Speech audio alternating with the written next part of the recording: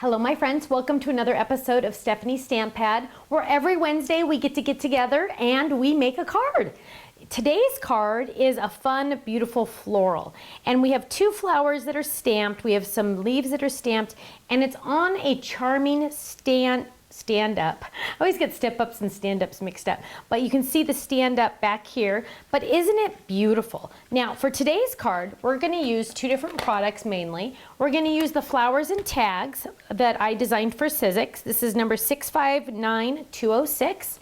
Then we're also going to use the charming stand-up, which is 659644. Chances are you have one or both of these already.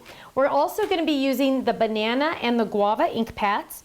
And I'm going to be using some twine and our cute little floral daisy embellishments and some glitter washi, which is beautiful. Let's get started. The first thing we're going to do is we're going to die cut our base. So I have some grape cardstock here, and I'm going to grab my base. Now I keep most of my charming dies in here, so I have the stand-up and the framelit set in here. That way I don't have to go searching for them. But for today's card, we're just going to use the front layering piece and the main, let's get it out, there we go, and the base itself. So let's grab that. Now we don't want to go straight through the machine, so we're going to angle that just ever so slightly, no speed bumps. A speed bump is where that roller has to jump over that blade if we put it in perfectly straight. Now we're going to run that through. Now these dies will work in the Big Shot, the Big Kick, the Vagabond, the Big Shot Plus, the Big Shot Pro, and most other competitors' machines. Some machines for the competitors you will need the longer cutting pads. Now what we're going to do is we're going to run through our layering piece, and we're using I think this is the Blessings collection for paper. And that's a little bit too big, and I just need to trim that ever so slightly. So we're just going to trim it just like this. Easy peasy. Now it'll go through our machine nice and easy. And I'm going to layer it because I don't want to focus on that yellow so much. So I'm going to do it like that. So I'm getting rid of the yellow down here. And that's just personal preference. I like the other colors just a little better. You put any colors you want on there. I think for our sample we kind of hid the yellow as well. I'm just not a big fan of yellow, but that's okay. Now, I have that, and I did get some of the yellow anyway. That's okay. So we're going to lay that down. That's going to go right on the front. Let's go ahead and add the adhesive to that. And we have our adhesive. You'll notice I have grape purple all the way around. And then let's go ahead and stamp our flowers. So we're going to open up our set. And I'm going to get a block.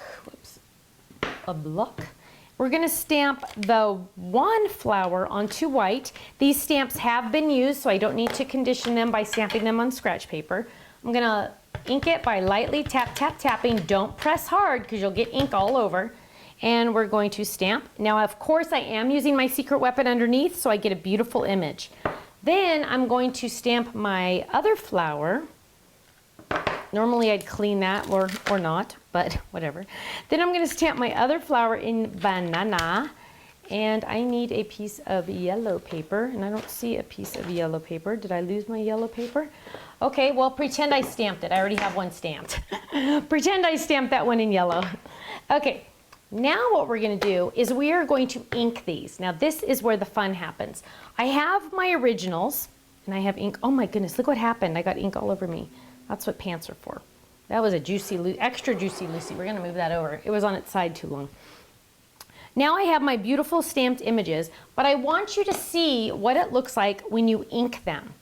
And then the final product. Notice beautiful, ooh, interesting, gorgeous. See the difference? Isn't that pretty? Here's another example of my yellow inked. Okay, beautifully interesting. Look at the finished product. Now, how do you ink? The easiest way to do it first is I need scratch paper, so I'm going to grab scratch paper. And I'm going to lay that underneath my originals, and we'll move those off to the side. We might use those, we might not. Then what we're going to do is we're going to get our blenders. Now, this is just an embroidery floss box that I put my blenders into just so they stay kind of clean. So we'll grab the banana, and we'll find our ink pad. Here it is. And we're just going to lightly ink the edge Here, get some ink on there. Now, less is more, so you can just start, kind of rub it over here, and then you're just gonna start kind of rub it around a little bit. Anywhere you want. I'm gonna do all the tips of mine. Just kind of rub it around. Start a little bit because you can always add more later, okay? So I'm just gonna keep rubbing, and I'm gonna do all the edges of mine. So I'm gonna leave the center lighter. So that's fun. There's no wrong way to do this. Now, to keep this safe, I'm just gonna drop it right back into my embroidery floss holder. That way I don't get ink anywhere, because the ink does stay wet on these for pretty much ever, almost. Now I am gonna use that guava, but ooh, this baby is juicy. So we're just gonna, again, just gonna grab some ink off of it. And I always start on scratch paper just to kind of get a little off, and then we're just gonna add a little on. Easy peasy, no wrong way. You can go swirly. I like to do swirls. You can do any way you want. There is no wrong way. Play with it and have fun. And I see I got more over there, so I'm just gonna add more on this side to even it up a little bit. You can go any way you want. Pretty, pretty. Now again, drop it back in there so you don't have to make a mess. And I just got my embroidery floss at a holder at a craft store. Now let's go ahead and die cut these. I am using my extended platform that's magnetic. And we'll grab the dies that match. All of these dies are in the same kit for the flowers. Drop that one on there and drop that one on there. So we're gonna line those up. Get it nice and lined up. If it doesn't line up, just spin it. And you're gonna say, Stephanie, it doesn't line up. Keep spinning until it lines up, and it will line up, okay? Line this one up, spin. Nope, doesn't line up there. Spin again. There it is, see? It just takes a second. And then we're gonna get our cutting pad and run that through. Just like that. Run that baby through. Run that little one through. And now we have beautifully inked flowers. Flowers. Pretty, pretty. Throw those in the trash. I do have a trash can down there. Now we've already stamped the leaves and then die cut them, so they're already ready to go. So we die cut those as well. Oh, but you know what? This is a trick I want to teach you. And this is something that I talk about in my classes when I travel. So here I have my cute little leaves stamped already, and I have 3 leaf dies. So I'm gonna line these up, and these are littler dies, so they are gonna snap to a magnet. So like, see how that one kind of moved a little? That one actually turned out okay. If it snaps to a magnet and it wants to move, just move your paper and let the die go where it wants to. Now here's my trick. A lot of times I'll be in a class and I'll be teaching, and they'll line it up just perfect. They'll spend all that time lining it up. And then they put their cutting pad down and they go like this, and they move their, and I'm exaggerating of course, but they'll move their cutting pad. Well, when you move your cutting pad, those dies move with you. It is a strong magnet, but if you force it to move, it will move. So, and I know I exaggerated that movement a lot, but when you do this, this is how I want you to do it. I want you to line up your dies exactly where you want them to go. Okay, so that's exactly where I want them. You're going to pivot your cutting pad. You're gonna drop it into the center, so now it's not gonna move, and I'm gonna gently lay it down. That's all you do. Then you're gonna run it through. Those dies have not moved at all. The reason why you're gonna do that is you want it to be lined up. Why buy a magnetic platform if you're gonna move it? So now I have all my little all my leaves cut out, and I said I wasn't gonna do it, but I did it anyway, so I cut out my leaves. So there's my leaves. So let's start putting our card together. We're gonna fold our stand-up card, and it's so easy to fold a stand-up card. You're just gonna fold it in half so the corners line up. Then you have these little side pieces. You're just gonna finger fold those. And then you have this little belly button notch. You're just gonna pull that up ever so slightly. And then you're gonna have your stand-up card. Now, when you put it in the notch, if it does this and it pops out, that's okay. That just means you need to score this a little bit more. And my friend Sue bought me a bone folder, but it's over there, so I won't get it right now. But there, boom, now it stays in there. So let's decorate this part right here first, and we put some glitter washi tape because we can.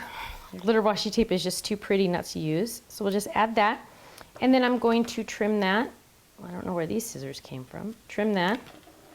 Fold that over. Fold this one over. Then we're gonna add, in this die set, this card die set, there is a fun border that is the same shape.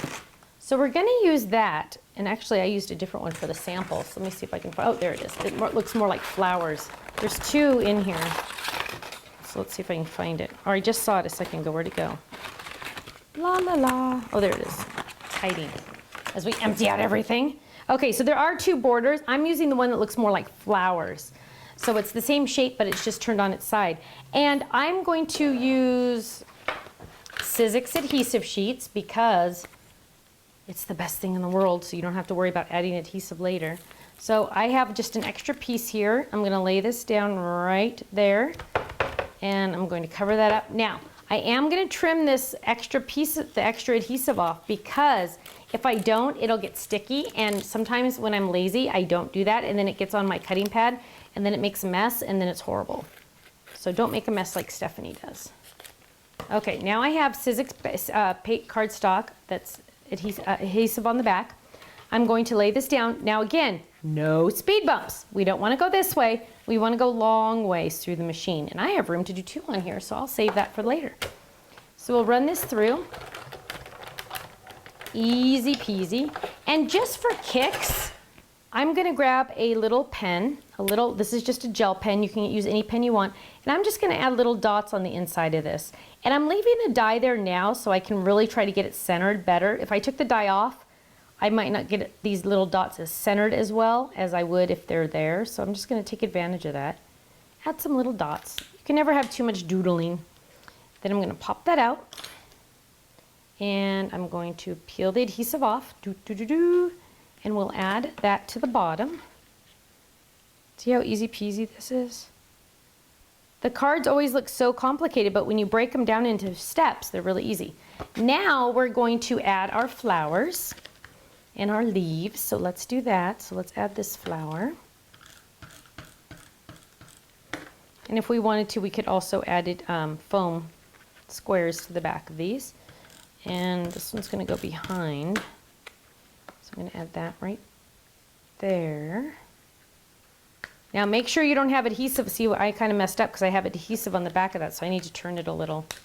Because if you have adhesive on the back that's showing, guess what's going to happen? You're going to tape your card closed. So now I don't have adhesive on the back. Then we want to add our cute little leaves. So we're just going to add a little leaf there. You can never have too many leaves. Add a leaf there, and add a leaf on the other side, right there. And then we're going to add our little flowers, and we still need to make the tag too, so we have to, a couple more things to do. So we're going to add the little things like this. Now I would use either Zots for this, or you can use liquid white glue. I'm a fan of both. So I'm going to add flower to that one. And now, isn't it fun how this is a different kind of flower as this one, but look how cute it looks on there. Don't be afraid to mix and match. There, and then let's finish off with our tag. So we've already stamped it and die cut it, and then I'm just gonna again take my little pen and just add a little extra detail. So I'm gonna do that, I'm gonna do dot, dot, dot, and just kind of go around, around, around, add a little swirl, kind of go around. You know, it just adds a little bit of extra detail and a little extra fun. Let's add another swirl here. Let's add a little swirl there. Just some extra fun. And then we already, I know I had it, there it is, a little button with twine. So we're gonna add, again, let's find our Zots because those are so much easier than trying to use adhesive tape runner or anything. Add that to this, and we're going to add a little bit of adhesive to the back of this because otherwise it won't stay. So we'll add a little adhesive here. And then we're going to add our little button. Look how cute this turned out. And there we have our cute little stand-up. So it looks like a standard card, right? But when you stand it up, it is ready for display. Isn't that great? Thank you for joining me for another episode of Stephanie's Stamp Pad. I hope you learned a little quick tip or something. I hope to see you again next week, next Wednesday. Thanks so much. Bye-bye.